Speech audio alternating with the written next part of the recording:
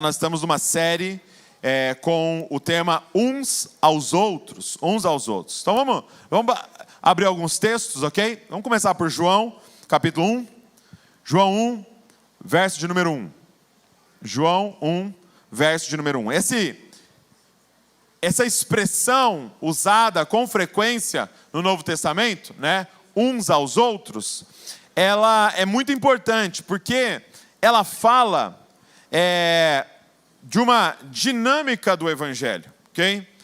E mais profundo do que isso, ela é uma dinâmica do nosso Deus. Então, olha comigo João 1:1. Diz assim, olha, quem achou aí, diga, eu amo a Bíblia. Quem não achou, diga, eu também. Poxa vida. Tem que trazer, poxa. João 1. Vamos lá. Diz assim, olha. Se você não estiver aí, acompanha quem está do seu lado. Ó. No princípio era o Verbo. O Verbo estava com Deus e o Verbo era Deus. Ele estava no princípio com Deus e todas as coisas foram feitas por Ele e sem Ele nada do que foi feito se fez. Então João decide começar o evangelho dele antes de Gênesis 1. Ele vai falar sobre o que havia antes de tudo ser criado. E o Verbo aqui, depois você vai ler em João 1,14, é Cristo. O Verbo se fez carne e habitou entre nós. Então ele está dizendo, no princípio estava Jesus, e Jesus é Deus, e Jesus estava com Deus. Aí você fala, peraí João, como assim? Então João está nos abrindo aqui o entendimento para algo que é a base do cristianismo, Trindade. Nós cremos num Deus que é trino, é o Deus Pai, o Deus Filho e o Deus Espírito Santo. Então nós cremos na Trindade e nessa santa comunhão perfeita, e tão perfeita a ponto de nós declararmos há um único Deus. Então se alguém fizer essa pergunta para você algum dia, o que havia antes de tudo ser criado? Havia Deus. Deus vivendo em uma plena comunhão com Deus. Deus Pai, o Deus Filho e Deus Espírito. E há um termo teológico muito interessante que é pericorese. E para você entender o que é pericorese, é essa comunhão perfeita entre a Trindade. Tanto que alguns teólogos falam e ilustram isso com uma dança. O que é a pericorese? É uma dança. Uma dança entre o Pai, o Filho e o Espírito. E essa dança, o ritmo dessa dança, é uma dança da entrega. É uma dança do dar. O Pai está dando honra e glória ao Filho, e o Filho está honrando e enviando o Espírito, e o Espírito está apontando para o Pai. Então é uma dança da entrega. O que não há nessa dança? Não há nessa dança, porque essa dança é composta de dar e receber, de entregar e receber. O que não há nessa dança? Um tomar. O que não há nessa dança? Um cobrar. Um devorar. Não. Essa dança é uma dança da entrega. Então você vai ver nas Escrituras sempre o Pai honrando o Filho, você vai ver sempre o Filho honrando o Espírito, você vai ver o Espírito honrando a Cristo, honrando o Pai, e é sempre nessa entrega. E de repente essa dança, esse Deus perfeito em sua comunhão, decide criar, e aí Ele cria a gente para entrar nessa dança. Essa dança da entrega, essa dança do dar. É por isso que o Evangelho, em sua expressão prática, poderia ser resumido no versículo de Atos. Melhor, mais bem-aventurado é dar do que receber. Porque essa, no final, é a prática do Evangelho. Então, esse termo que nós estamos aqui usando, né, uns aos outros, é o termo da Trindade. A Trindade vive essa realidade desde a eternidade, uns aos outros. Amem uns aos outros, honrem uns aos outros. Então, que nem hoje pela manhã foi falado sobre carregar as cargas uns dos outros, consolar uns aos outros. Então é essa dinâmica da Trindade. E eu quero ver com vocês hoje, porque essa é a forma que Ele está nos chamando a viver. Inclusive eu pus o esboço aí para vocês. Se você quiser escanear aí, você pega o esboço da mensagem. Ok? Para você meditar e estudar mais na sua casa. Então, nós fomos criados à imagem desse Deus. É interessante que, quando ele está criando em Gênesis 1, ele vai falando, e Deus fez o mar, né? E Deus criou as aves, Deus criou tudo. Mas quando ele vai falar do homem, ele faz questão de conjugar o verbo na primeira pessoa do plural. Ele fala em Gênesis 1, 26, façamos o homem. Então é como se ele estivesse dizendo, o homem, ou a humanidade, é criada à imagem dessa relação, do Pai, do Filho e do Espírito. Então nós fomos criados para essa dinâmica. Então Pedro vai falar exatamente sobre essas duas dinâmicas. A dinâmica original criada por Deus e a dinâmica da distorção do pecado. Então abre comigo 1 Pedro, a carta de Pedro aí, a primeira carta de Pedro, capítulo 4. E eu quero ler com você a partir do versículo 3. 1 Pedro, capítulo 4, verso 3.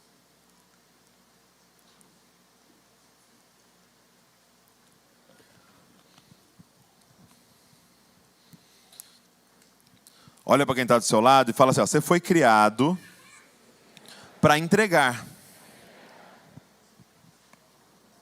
Aí o que pode acontecer a partir dessa mensagem? Você chegar em casa e cobrar seu marido de entregar. Ou seja, você já não entendeu nada. Você pode chegar e começar a cobrar as pessoas da igreja de, ei, você não ouviu a mensagem? É para você entregar. Não, você não entendeu nada. A mensagem não é para você cobrar o outro de entregar. A mensagem é para você entregar. É para você dar. O que nós não somos aqui? Cobradores. Nós somos devedores. Então olha o que Pedro vai dizer. Ele vai falar sobre a vida passada, né, da igreja. Ele está mandando uma carta para a igreja. Então ele vai falar sobre a vida antes de estar em Cristo, antes de ser encontrado aí pelo Evangelho. 1 Pedro 4,3 diz assim, ó. Porque basta que, no passado, vocês tenham feito a vontade dos gentios. Em outras versões diz dos pagãos. Quem são os gentios pagãos? Aqueles que não conhecem a Deus. Okay? Aqueles que não têm conhecimento nenhum de Deus, eles vivem da maneira que eles querem. E aí diz assim, ó, tendo andado em práticas libertinas, desejos carnais, bebedeiras, orgias, embriaguez e em detestáveis idolatrias. Então olha o que Pedro vai dizer que é a vida sem Cristo. O que é a vida sem Cristo? O que é a vida sem o Espírito Santo habitando em nós, sem termos sido religados ao Pai? É isso aqui, são práticas de libertinagem, são desejos carnais, são bebedeiras, são orgias, são embriaguez, são detestáveis idolatrias, e dá para adicionar a lista porque a gente vai inventando pecado, sim ou não? Ele não tinha o tigrinho aqui ainda, ele não tinha outras coisas para ele pôr ainda, ele não estava ligado no que nós ia criar ainda. Então assim, ele vai dando essa lista, e Gálatas tem outra lista, e vários outros lugares, Romanos tem listas do que é possível começar a fazer a partir de uma vida sem Deus. Por quê? Porque se a gente pudesse resumir a lista de Pedro, que Pedro está fazendo, da vida fora de Cristo, seria basicamente isso. Antes vocês viviam para eu. Na vida sem Deus, nós só temos um jeito de viver. É um viver egoísta. Nós vivíamos, e infelizmente talvez alguns ainda vivam, em uma idolatria do eu. Tudo que fazemos é buscando satisfazer o nosso eu. Fala assim, eu. Fala assim, meu. Para mim. É olhando para mim, para o meu umbigo, e pensando de todas as maneiras o que vai ter benefício para mim. Com quem que eu ando que vai ter benefício para mim? Às vezes é tão sutil, gente, que a gente chega assim, ó, o Douglas, qual que é o melhor DNA para eu ir?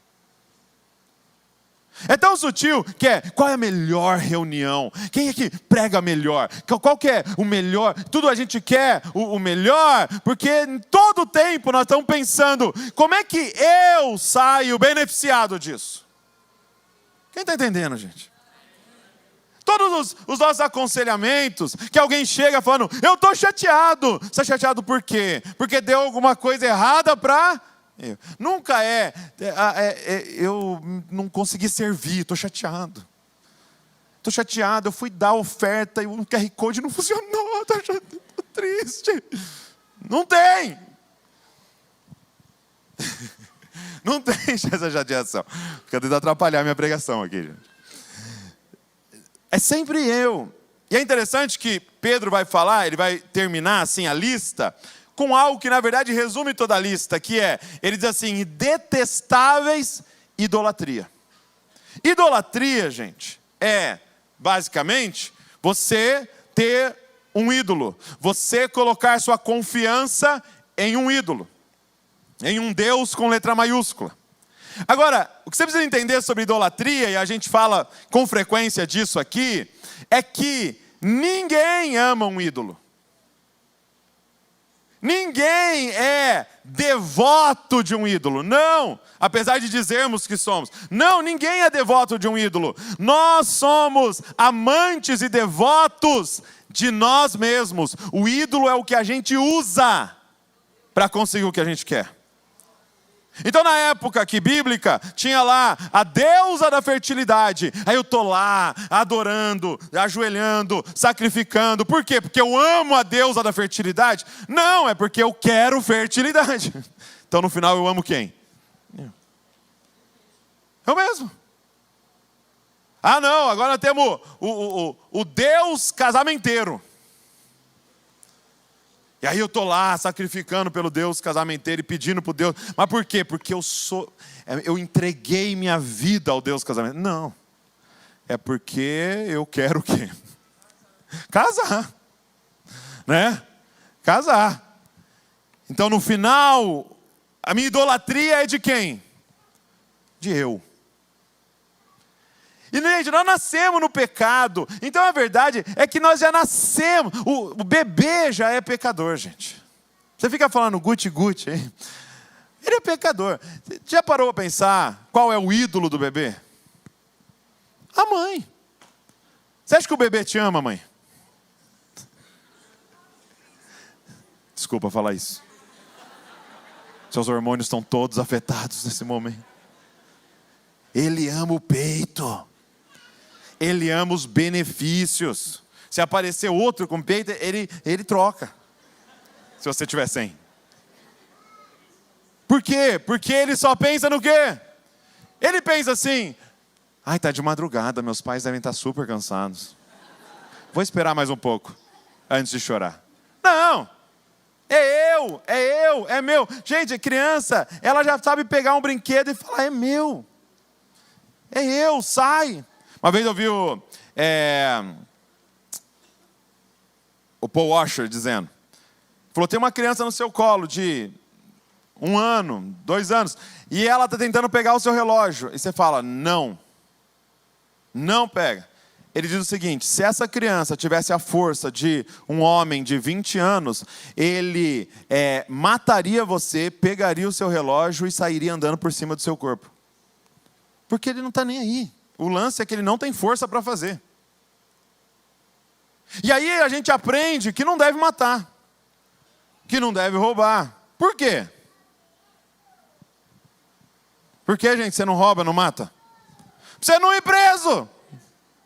Não é tipo, ai, a bondade entrou em mim depois que eu fiquei adulto. Não, eu descobri que eu vou preso se eu fizer. Mas quando aquele cara passa empinando a moto, você fala, tomara que quebre o chifre lá na frente. O que você acabou de desejar? A morte de uma pessoa. Quem está entendendo o que eu estou falando aqui, gente? Então, essa é a dinâmica da nossa vida sem o Senhor. Em Gálatas, Paulo descreve de uma forma maravilhosa, em Gálatas 5,15. Ele diz assim, mas se vocês ficam mordendo e devorando uns aos outros, tenham cuidado para que não sejam mutuamente destruídos. Olha a forma que Paulo descreve essa dinâmica da vida sem Deus. É mordendo e devorando uns aos outros. Nós vivemos devorando uns aos outros, por quê? Porque a vida sem Deus é uma vida de fome. Então o tempo inteiro nós estamos as relações devorando. Gente, por que casamentos acabam? Por quê? Porque muitos casais estão vivendo essa dinâmica do pecado. Muitos casais veem o outro como um ídolo que dá benefícios para ele, até que os benefícios parem.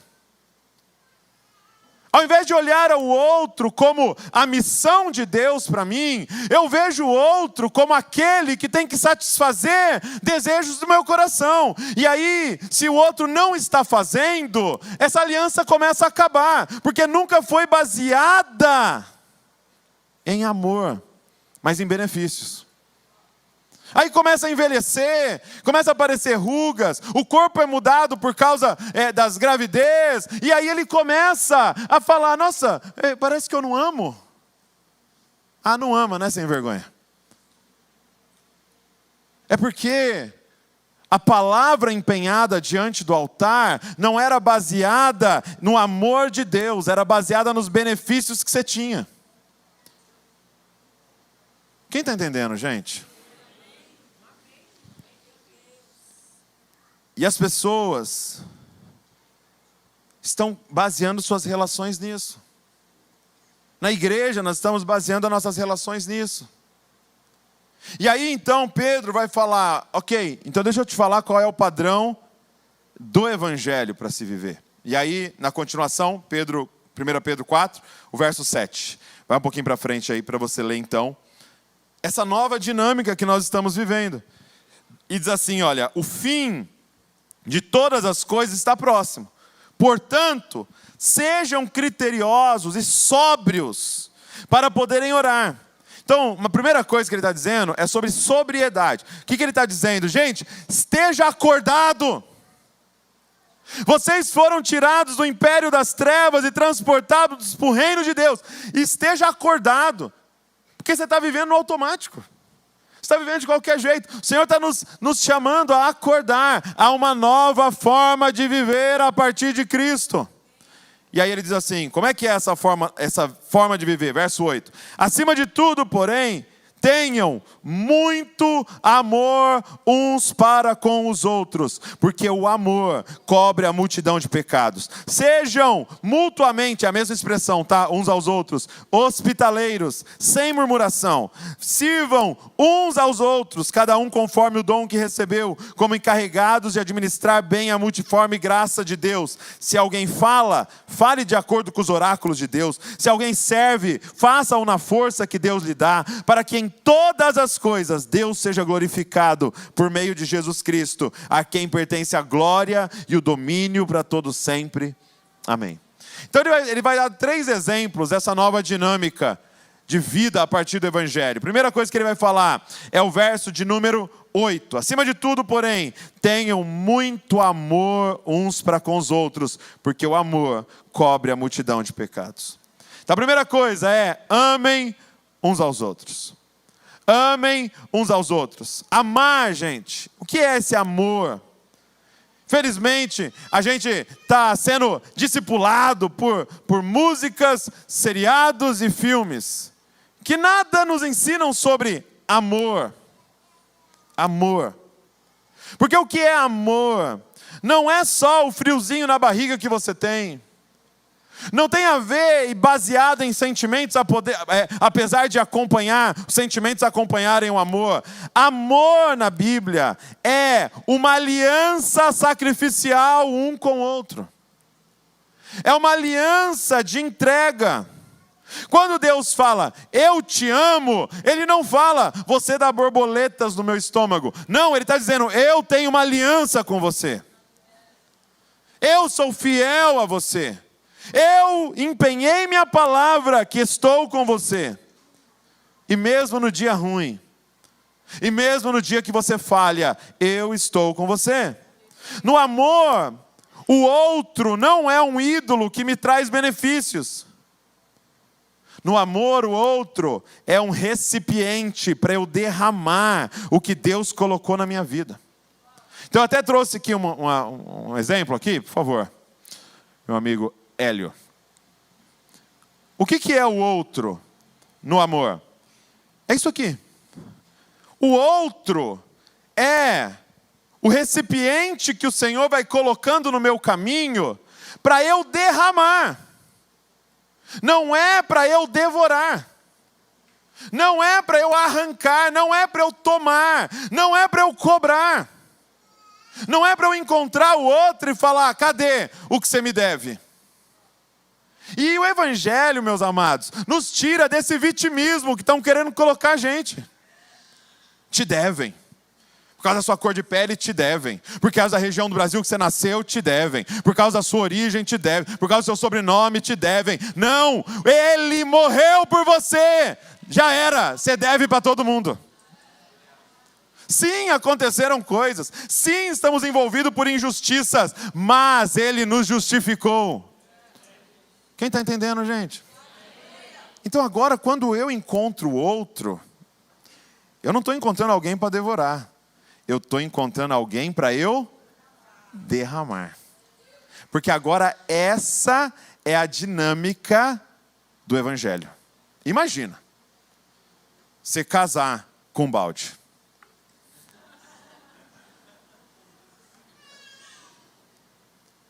Você tem que entender que o Evangelho muda, por exemplo, e eu vou falar em códigos, aleluia, a nossa vida íntima com o nosso cônjuge. Ele muda. Por quê? Porque o mundo me ensina que o Senhor me deu, que Deus me deu um órgão genital para eu ter prazer.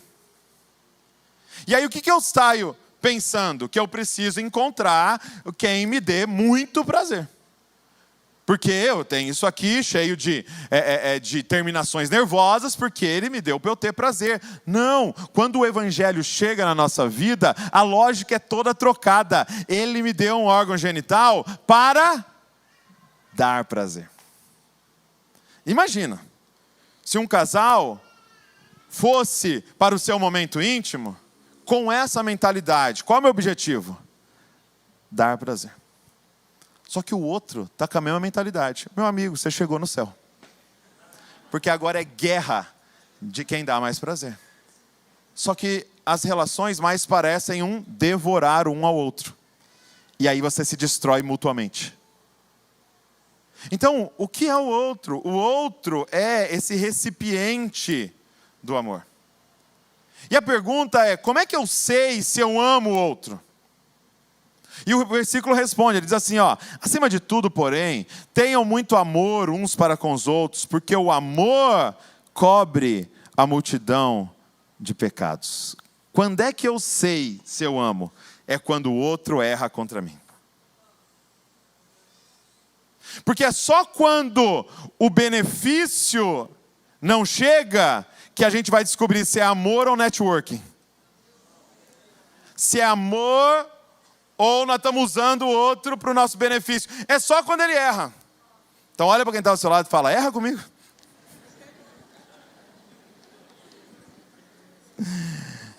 É só no erro do outro que eu vou poder dizer se é amor. Porque enquanto o outro não errar, eu não sei se é amor ou não. É quando o outro peca, é quando o outro falha, que nós podemos dizer, isso é amor. Aonde fica evidente o amor de Deus, gente? Qual é o lugar mais evidente do amor de Deus? Na cruz. O que é a cruz? Ele resolvendo o seu erro. É Ele tendo todos os argumentos para te abandonar e decidir não ficar. Por quê? Porque Ele nos ama. Só que no momento em que alguém erra comigo, eu tenho todo o argumento para abandonar. Só que o Evangelho me dá todos os argumentos para ficar. Eu lembro um dia conversando com a Val, em um dos períodos mais difíceis da nossa vida, em que a Val estava passando por um quadro de depressão, de ansiedade muito intensa, algo que a gente nunca imaginou passar. E eu disse para ela, a coisa mais importante desse período foi descobrir que eu te amo. Mesmo nas horas que não há benefício nenhum, que não há ganho. A gente descobre que o outro, na verdade, está ali para a gente derramar aquilo que Deus está colocando em nós. É um recipiente. Gente, pensa comigo, é a única forma de poder verdadeiramente dizer no altar, em um casamento, eu vou te amar até que a morte nos separe. Só dá para dizer isso se esse amor não depende do outro acertar ou errar, e depende de ele estar vivo. Eu só preciso de uma coisa para poder te amar: esteja vivo. Porque enquanto você estiver aqui, você está cumprindo sua função. Eu poder te amar. É na doença e na saúde. É na bonança e na escassez. É no dia bom, é no dia mau. Eu vou te amar. Porque eu não estou fazendo uma aliança baseada nos benefícios que eu vou ganhar de você, mas eu estou fazendo uma aliança baseada no amor de Deus que transborda em mim. Então eu preciso, gente, eu estou aqui, com muito amor, eu preciso achar em quem derramar. É para isso que a gente casa. Para encontrar alguém para você derramar durante toda a vida. É por isso que o Senhor nos apresenta a igreja, para a gente poder derramar durante toda a vida. Gente, é exatamente o que a gente experimenta com os filhos. É essa dinâmica com os filhos. Você já parou para pensar que os filhos não trazem nenhum benefício para nós? Alguém parou para pensar? Eu fiz uma pesquisa lá. Quanto custa um filho? Aí eu trouxe só para a gente. A classe média, né, porque logicamente varia, né, para cada classe social. Classe média custa de até 18 anos, tá? 1,2 milhões a 2,4 milhões. Tem alguém grávida? Quanto custa um filho, gente?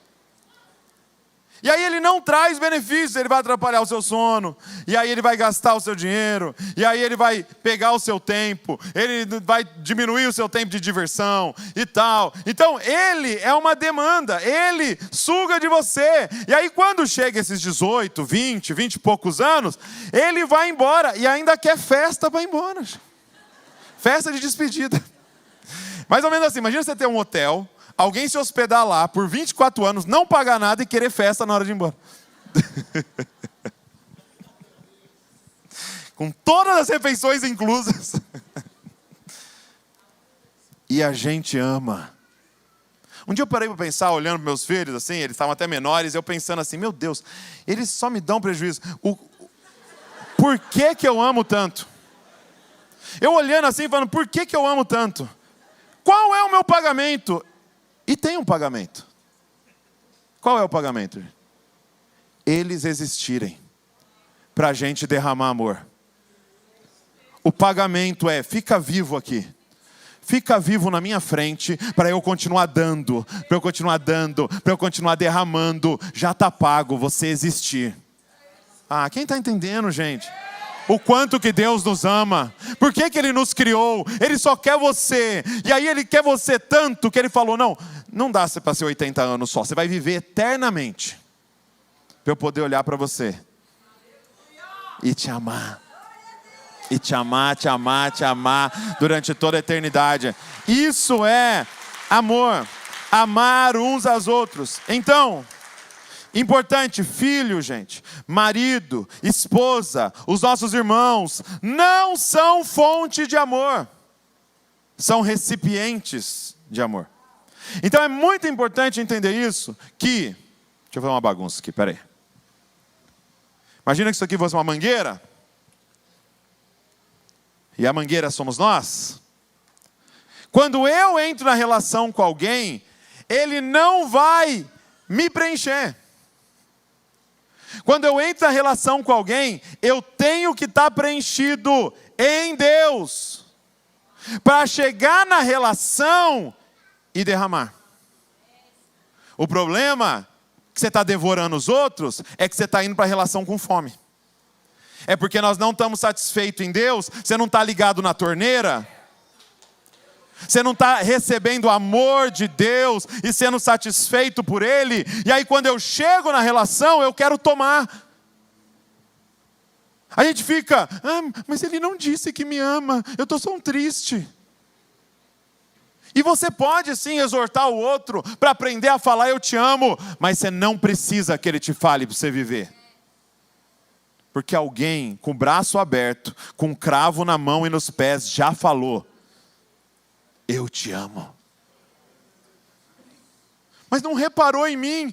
O Criador do universo reparou em você. Ninguém mais precisa reparar em você. Então, nós precisamos entender que ou a gente entra num lugar de satisfação em Deus, ou nós vamos devorar os outros. É só se você acordar, e agora sendo muito prático, acordar 1 hora antes, e abrir as cartas de amor, e ficar ali meditando, põe uma musiquinha de fundo lá, e vai de joelho diante dele, e ele vai ficar te falando, você é meu filho amado, em quem eu tenho prazer, e ali você está cheio dele, aí você abre a porta do quarto. E vai para as relações. Cheio. Para derramar, para dar. Jesus nunca devorou ninguém, porque ele ficava diante do Pai, sendo cheio. E aí ele chegava em todos os lugares. Jesus não só morreu na cruz, Jesus viveu uma vida de cruz. Uma vida de entrega. Entregando. Então, você tem que entender que o outro é esse recipiente do amor.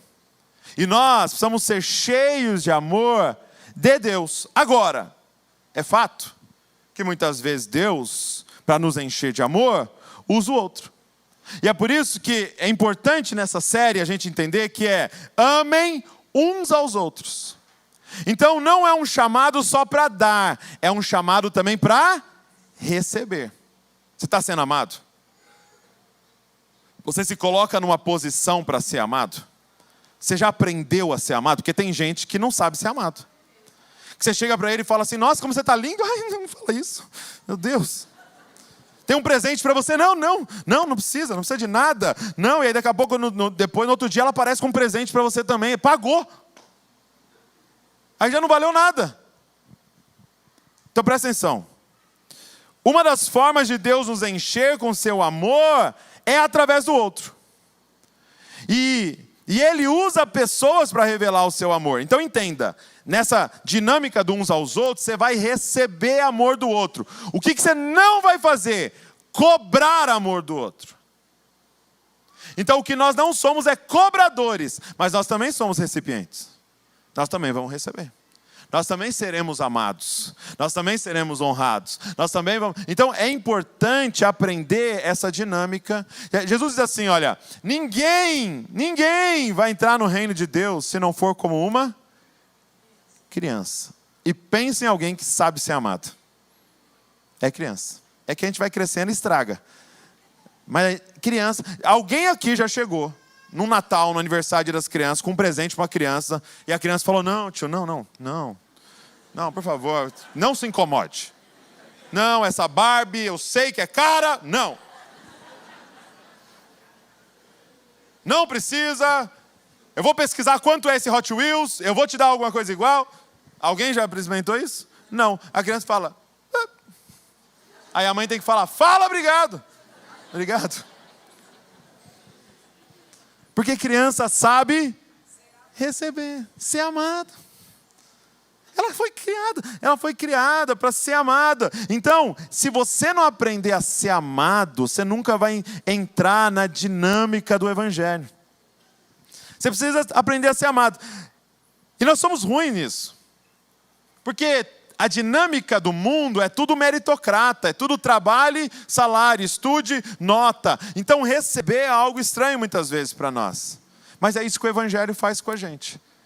É o Senhor dizendo: eu amei você, eu escolhi você antes da fundação do mundo, eu amei você quando você era uma substância informe dentro da barriga da sua mãe, eu já tinha te amado, te escolhido, você estava morto em seus pecados e delitos, eu te amei primeiro, entreguei meu único filho para morrer por você. Então a dinâmica do Evangelho é ser amado, até para eu poder ter o que dar. Então, nós precisamos aprender a ser amado. Não tem como amar sem aprender a ser amado. Quem mais falou sobre amor na Bíblia foi João.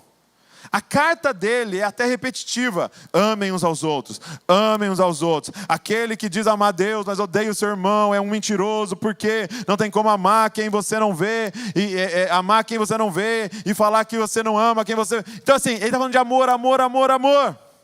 Então seria óbvio, quando você chega no Evangelho de João, quando João, por ser um dos 12 discípulos, vai se descrever, se ele é o cara que fala tanto sobre amor, seria óbvio ele escrever assim: e o discípulo que amava muito, o discípulo que amava a todos, o discípulo que era amigão de todo mundo, o discípulo amorosão. Não, qual é a descrição dele? O discípulo amado, porque eu só dou o que eu tenho. Eu só dou o que do alto eu recebi.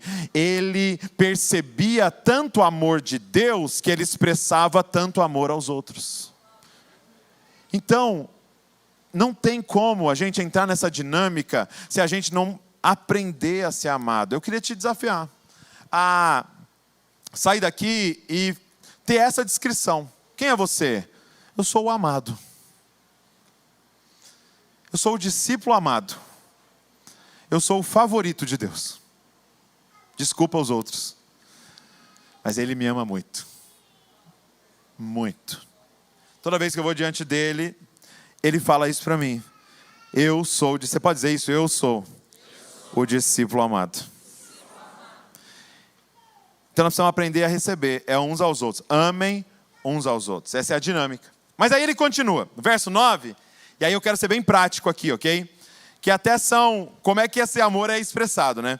Verso 9 diz assim, ó: sejam mutuamente hospitaleiros, sem murmuração. Então sejam hospitaleiros uns aos outros. E nós só iremos crescer, gente, em comunhão, estando na casa uns dos outros. Tendo relação profunda uns com os outros. Casa é um lugar de intimidade. A gente tem uma brincadeira aqui na família Desascope, que como é que eu sei se eu sou membro da família Desascope? Você abre a geladeira de alguém e alguém abre a sua geladeira? Então, você está caminhando aí para ser membro dessa família. Então, o que é essa comunhão que o Senhor está nos desafiando como igreja? Eu receber pessoas em casa e eu ir na casa das pessoas. Gente, sendo muito prático aqui. E é interessante como... essa cultura está acabando. Nós estamos caminhando cada vez mais para esse lugar de individualismo. Hoje em dia, alguém aparecer na porta de casa, do nada assim, é estranho. Sem avisar, manda uma mensagem antes. Pô. Fala. O que antes era uma cultura tão comum para nós, só que nós vamos ter que lutar contra isso. Nós vamos ter que ir contra isso. Eu estava na Argentina agora, eu estava conversando com um americano. E aí ele começou a perguntar sobre a igreja e tal, e eu comecei a falar da igreja, e eu falei assim para ele, o último domingo, a gente não tem reunião no prédio, porque a gente vai para as casas. Falei, a gente reúne assim umas 10 da manhã, e fica até 5 da tarde, tem gente que fica até 7 horas da noite, então te fica o dia inteiro juntos. Aí ele falou assim para mim, ele deu risada, falou, hahaha, isso é tão brasileiro. Só que como eu não tinha intimidade, eu não pude falar o que eu pensei. Mas a verdade é que não é tão brasileiro. Isso é cultura do reino de Deus. Não é uma cultura do brasileiro, é uma cultura do Senhor. Assim como ser pontual não é uma cultura do americano, é uma cultura do reino de Deus, que os americanos expressam bem. E essa comunhão mais profunda a gente expressa melhor. Mas nós precisamos crescer nisso. Então, primeira coisa, nós precisamos aprender ou reaprender a receber pessoas em casa. Aqui ele está dizendo, seja mutuamente hospitaleiro. Gente, existem pessoas que nunca recebem ninguém em casa. E o motivo é simples, é por causa do egoísmo, gente. É por amarem mais as coisas, seus móveis, do que gente. Só que isso não pode acontecer entre nós, que fomos alcançados por um Deus que entregou a vida, quanto mais um tapete. Que foi pregado numa cruz, quanto mais rasgar um sofá. Não dá.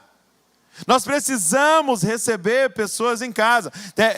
Em Lucas 8 tem Jesus chegando em Gadara. Vocês lembram dessa passagem? Jesus chega em Gadara, tem um endemoniado, você conhece como Gadareno. E esse cara está endemoniado lá e tal. E ele toca o terror na cidade inteira. E de repente, quando Jesus chega, ele vem, se ajoelha diante do Senhor. Esse homem andava nu, esse homem se machucava, esse homem tinha uma força sobrenatural, ele quebrava as correntes. Esse homem, até esse andar nu, dizem que é um eufemismo para crimes sexuais. Esse homem estava possuído de demônios. Ele chega diante de Jesus e Jesus liberta esse homem na hora. Uma legião de demônios vai embora. Só que quando Jesus expulsa essa legião, ela entra inteira na torcida do Palmeiras. Brincadeira.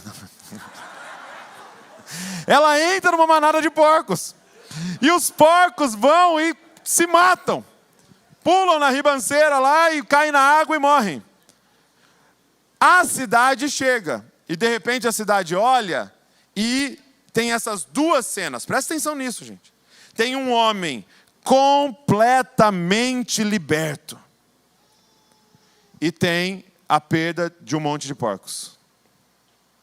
E está aqui aquele que libertou esse homem, mas que causou a morte dos porcos.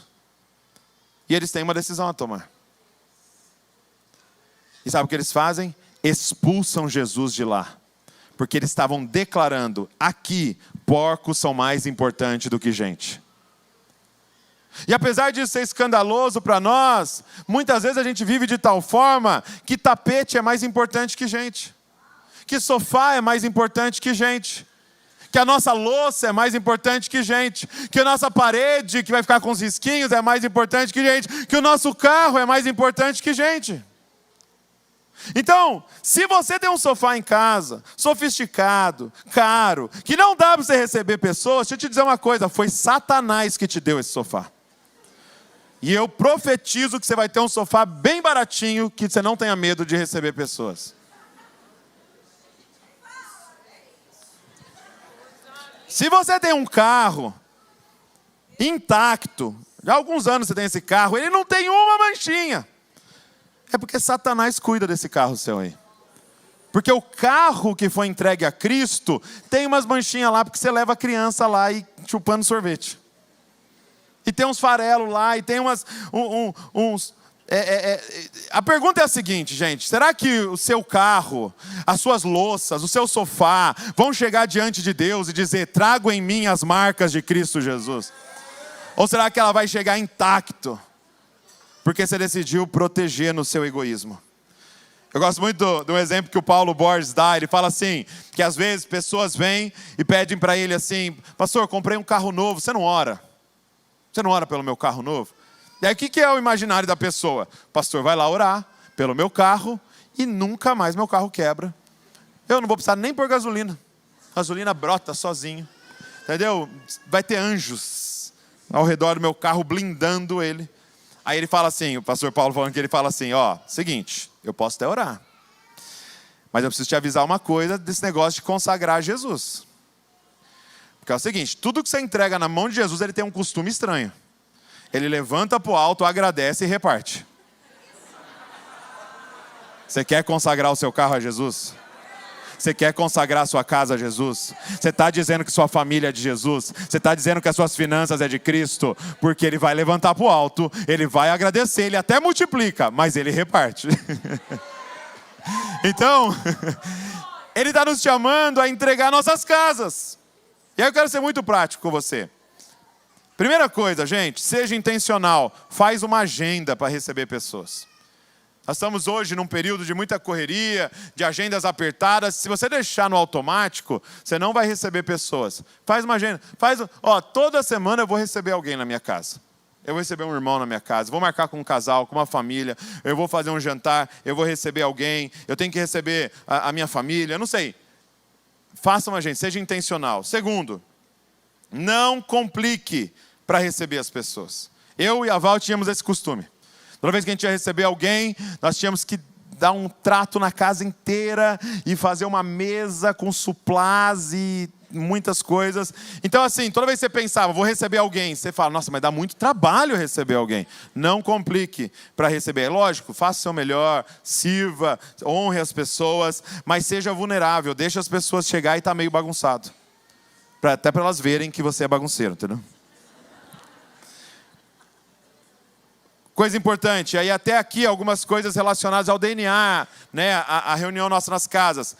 Peça para as pessoas trazerem comida. Fulano, o que eu levo? Não precisa de nada. Deixa com a gente, sempre, sempre, sempre. E aí você tem um peso em receber pessoas que você mesmo está inventando. Fala para os outros, traz picanha. Né, Marcão? Picanha. Deixe as pessoas ajudarem na organização. E, na verdade, peça para elas. Está acabando, dando horário. Você sabe que é hora de ir embora? Gente, vamos ajudar aí, né? Vamos lavar uma loucinha aí. Então você lava, você seca, você guarda. Entendeu? Chama as pessoas para ajudarem. Gente, nós vamos virar mais família nesse jeito. Nós vamos ter mais comunhão. Nós vamos estreitar nossa relação. E aí, de forma prática, tire coisas frágeis, caso tenha muita criança pequena, né? Sobe algumas coisas ali, tira algumas coisas. Lá em casa tem um escritório, eu tranco o escritório, porque eu sei que vai um monte de criança lá, e aquele lugar ali pode quebrar as coisas. Então, se organize, mas não deixe nada te impedir de receber pessoas. Seja aberto em relação ao horário, manda as pessoas embora. Fala, gente, 10h30, não vamos ter que encerrar, porque amanhã, né, acordo cedo, tal. Não tem problema, gente. Não, eu não recebo porque as pessoas ficam até tarde. Não, é só você falar com as pessoas. É só a gente abrir o coração. Então, a primeira coisa, seja hospitaleiro. Mas em segundo lugar, saiba ser recebido na casa dos outros. Vá na casa dos outros. Muitas pessoas não sabem ser recebidas. E o chamado do evangelho é isso. Tem gente, porque nós temos dois extremos. Aquele que não quer receber ninguém e aquele que tem que ser só na casa dele. Ele tem que servir, ele tem que fazer, ele tem que dar. Não, saiba ser cuidado, saiba ser recebido, saiba ser amado. Então, o evangelho é essa dinâmica do uns aos outros. É saber dar e receber. Então, por exemplo, a gente tem aqui alguns DNAs que eles revezam as casas. Então, cada semana é em uma casa. E isso é muito legal. Porque outros irmãos têm a oportunidade de abrir suas casas. Agora, deixa eu te dar uma dica quando você vai para a casa do outro. Ajude levando algo para comer. Caso algo quebre, tenta organizar ali para pagar. As crianças foram lá e riscaram a parede do irmão. Vê quanto é um pintor lá. Ou se você sabe fazer, compra tinta e vai lá e pinta. Ajude a arrumar no final. Converse com seus filhos. Amarra eles. Brincadeira. Converse com seus filhos. Supervisione eles. Preste atenção no horário. Né? E discipule o anfitrião. Que sentido? Se você vê algo que não está legal, que não tem a ver com a palavra de Deus, aproveite essa proximidade para que a gente fale um no coração do outro. Meu amigo, eu vi lá na sua casa você tratando meio mal sua esposa. Eu acho que isso você precisa melhorar. Poxa, eu vi que seus filhos não estão te obedecendo. Eu acho que é algo que você tem que melhorar. Eu cheguei lá, vocês não serviram nada. Então, tá vendo? Você não está cobrando ele servir. Você está amando ele, ajudando ele a aprender, a crescer, em se parecer mais com Jesus. E é por isso que a gente vai para a casa um do outro. Para que a gente não tenha uma relação virtual do prédio. Sim ou não? Amados, nós chegamos aqui, está todo mundo cheiroso. Está todo mundo bonito. Ninguém briga, ninguém falou um palavrão aqui. Reunião inteira. Você deixou a criança lá e você vai passar no final, pegar e ir embora. Nem vejo como você está tratando dos seus filhos. Nós temos que ir para a casa um do outro. Para a gente ter relação de verdade. Então olha para quem está ao seu lado e fala, me convida para ir na sua casa. E por último ele diz assim, olha, verso de número 10.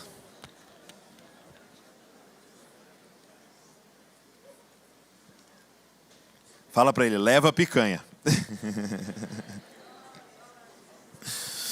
Vamos lá. No verso 10, assim ó.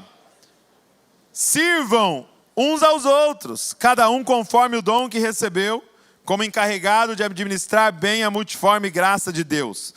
Gente, nós fomos chamados para servir.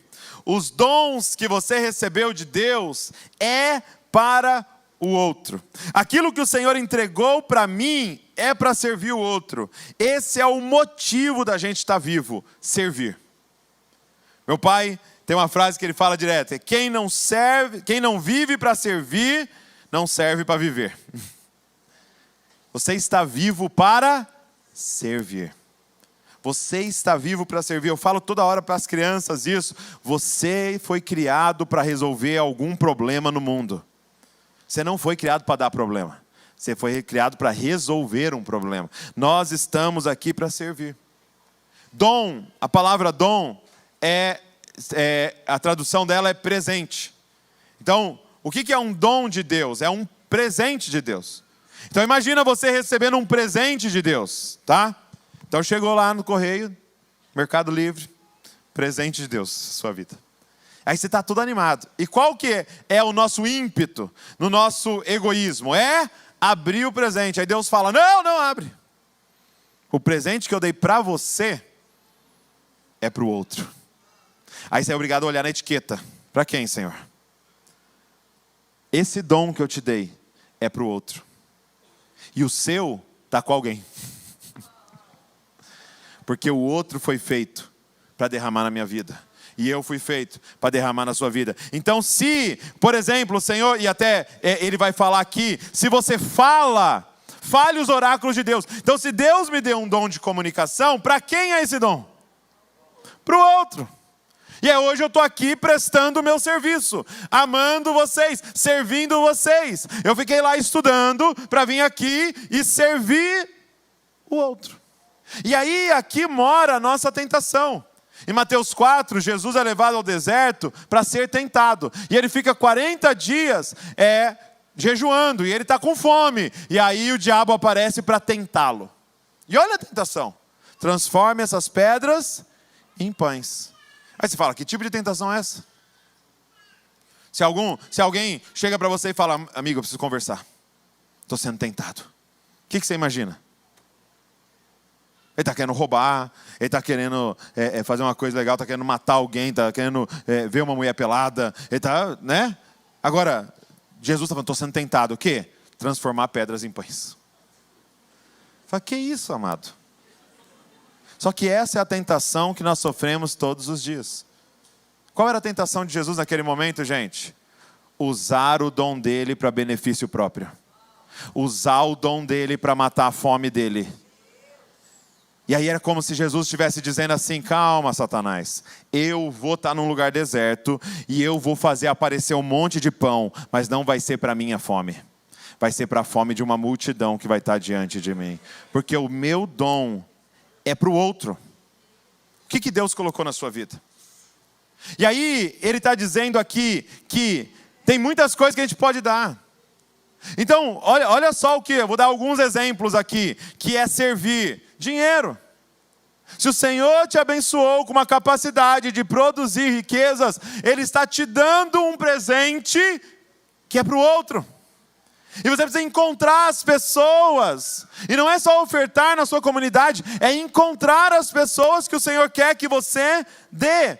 Habilidades, o Senhor te deu habilidades. E para quem são essas habilidades? Para você servir o outro. Conhecimento, o Senhor te deu conhecimento. Para quê? Para você servir o outro. Dons espirituais, nós vamos curar, nós vamos dar palavra de conhecimento, nós vamos profetizar, palavra de sabedoria para o outro. A sua presença. Tem hora que alguém está enlutado, tem hora que alguém está triste, passando um momento difícil, ele só quer alguém sentado no sofá chorando do lado dele. Chorando do lado dela. E você precisa ser generoso com a sua presença. O outro. Gente, o que significa fazer parte da igreja? Nós vamos ter amanhã aqui a reunião de novos membros. Sábado nós vamos reunir aqui quem quer ser membro. Mas deixa eu te falar já um spoiler. O que é ser membro, gente? É fazer algo. O que é ser membro do corpo do Douglas? É fazer alguma coisa. Seja o dedinho do pé ou o coração. Está todo mundo aqui servindo com alguma coisa. Então não fala que você é membro se você só quer ficar sentado recebendo. Levante-se e entregue. E aqui eu quero falar uma coisa. Nunca mais vá para um DNA sem nada na mão. Nunca mais. Mas o que, Douglas? Seja comida, seja uma palavra, seja uma profecia, seja um dom, seja a sua você se doar em favor de alguém, seja um dinheiro que você vai dar para alguém. Não sei, mas chega lá para entregar, não para receber. Mas Douglas, eu vou receber? Vai receber, porque os outros também estão lá para entregar. Mas não é a sua expectativa. A sua expectativa é dar. Quem está entendendo, gente? Mas por último, sirva uns aos outros. Então você precisa aprender a ser servido. A aliança consiste em servir e ser servido. E a verdade é que muitos não sabem ser servidos. E tem um motivo por isso: o nosso orgulho. E é muito doido porque parece humildade, mas é orgulho não saber ser servido. Sabe por quê?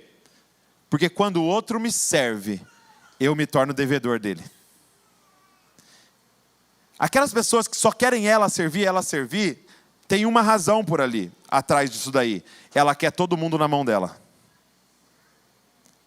Porque quando eu sou servido, agora eu tenho...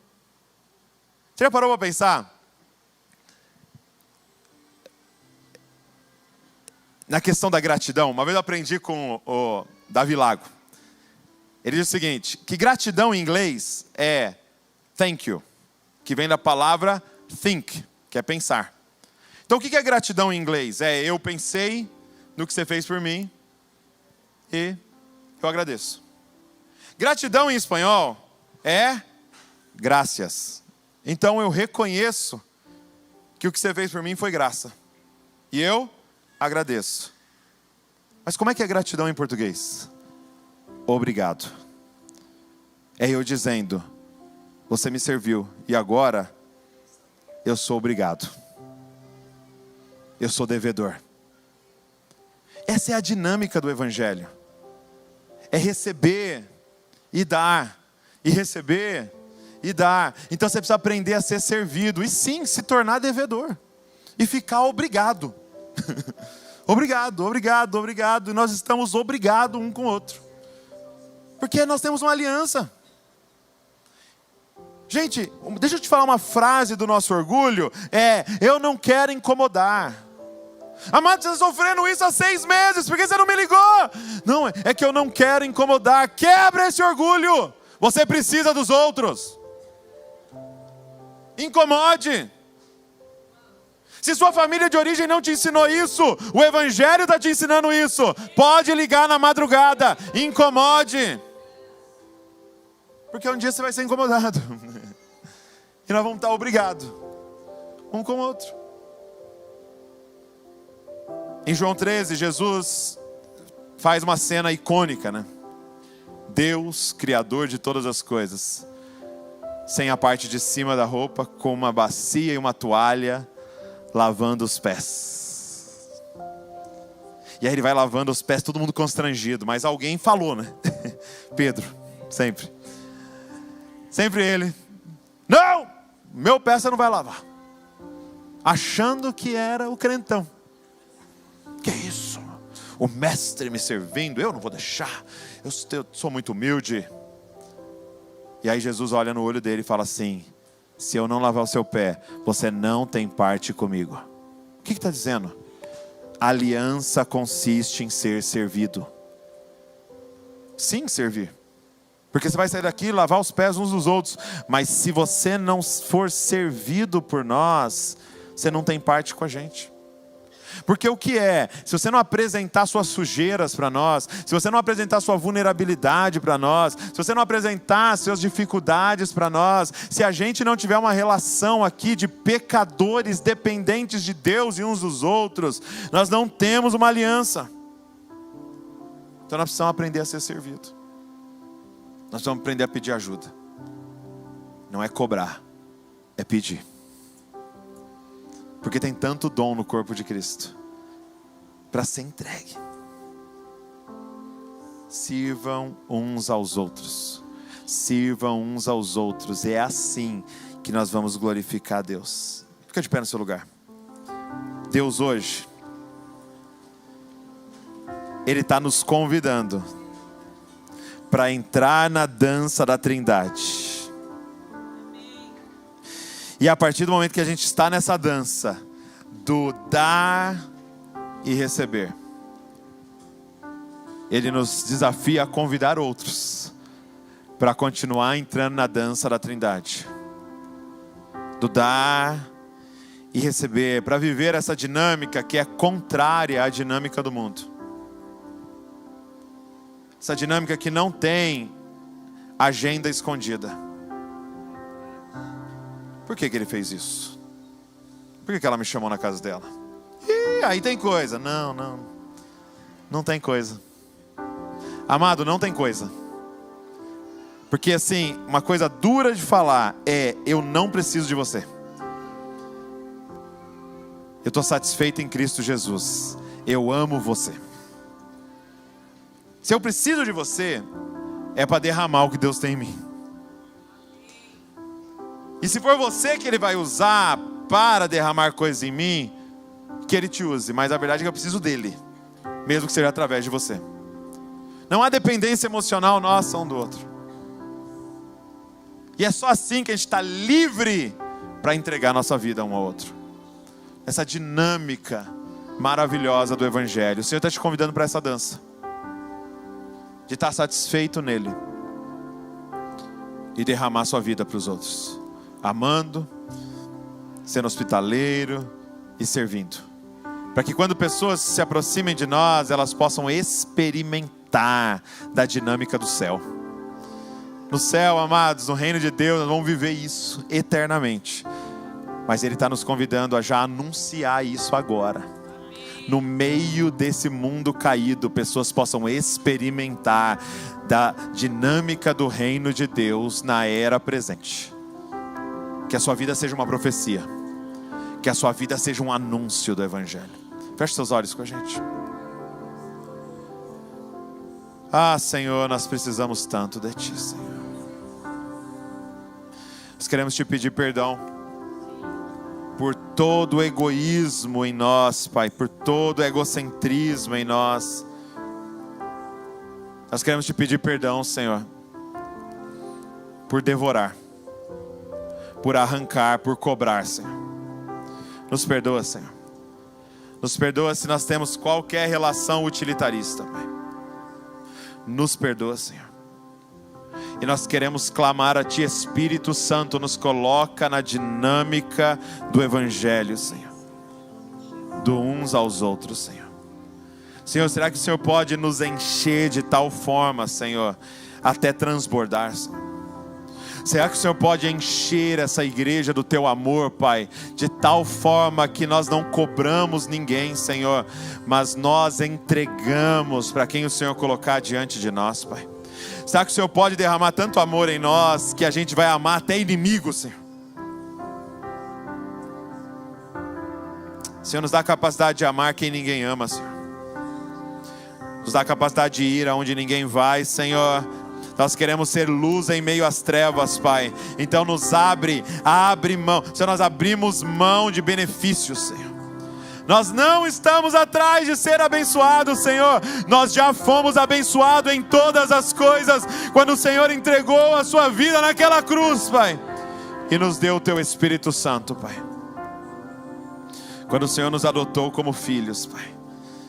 Senhor, eu estou diante dos herdeiros, Pai. Eu estou diante dos co-herdeiros com Cristo Jesus, Pai. Nós não podemos mais andar cobrando nada, Senhor. Liberta-nos. Senhor, o Senhor pode nos libertar nessa noite, Senhor, do nosso egoísmo, Senhor. O Senhor pode revelar quem nós somos, Pai. O Senhor pode revelar o que nós temos, Pai. Senhor, eu quero te pedir que cada um aqui venha com seus dons, Pai. Que essa semana, quando a gente for para o DNA, Senhor, nós não queremos ir de mão vazia. Nós queremos entregar algo, Senhor. Senhor, nós hoje tiramos nossos olhos do nosso umbigo, Senhor. Tiramos nossos olhos das nossas feridas, tiramos os nossos olhos das nossas demandas e nós levantamos os nossos olhos para olhar para o nosso próximo, Senhor. Senhor, tem alguém precisando ao nosso lado, Pai? Tem alguém precisando ao nosso lado, Senhor? Abre os nossos olhos, Senhor. Senhor, que a nossa casa seja um lugar de expressar o Teu amor, Senhor. Que a nossa casa seja lugar de cura, de libertação, de salvação, Pai. Senhor, nós queremos ver pessoas sendo salvas na nossa sala, Senhor.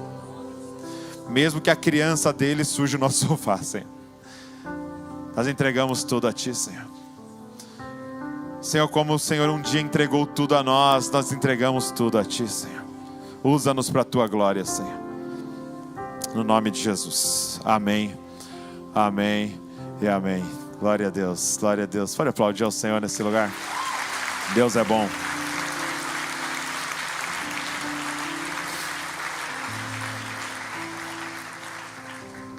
Abraça a pessoa que está do seu lado. Entrega algo aí. Entrega um pouco de amor a essa pessoa aí. E recebe também. Recebe o amor. Glória a Deus. Só lembrando vocês então, amanhã, 20 horas, reunião de novos membros. Estejam todos aqui. Sábado que vem vai ter o Bases, das 9 da manhã até 5 horas da tarde. Nós vamos estar imersos aqui para você conhecer as bases da nossa comunidade. Então, se você está pensando em caminhar com a gente, venha. E os DNAs que foram convocados também, esteja no sábado aqui com a gente. Amém? Jesus Cop School, vocês têm aí agora o que é? Biscoito de chocolate? Biscoitinho e café. Bom. Venezuela. Galera da Venezuela, então, tá ali para você abençoá-los. Então, já pratica a palavra ali, já sai na porta, já pratica a palavra, ajudando nossos irmãos que vão servir lá na Venezuela. Amém? E desse lado de cá também tem cone também. A Gabs e o Arthur estão ali com os cones. Você pode passar ali também e adoçar sua vida. Aleluia! Glória a Deus. Faz assim com suas mãos. Senhor, nós te agradecemos por poder começar o primeiro dia da nossa semana diante do Senhor, em família, celebrando o Senhor, ouvindo da Tua palavra. E eu te peço que a gente saia por essas portas para praticar aquilo que o Senhor nos ensinou, Pai. Para praticar aquilo que o Senhor está nos desafiando, Senhor.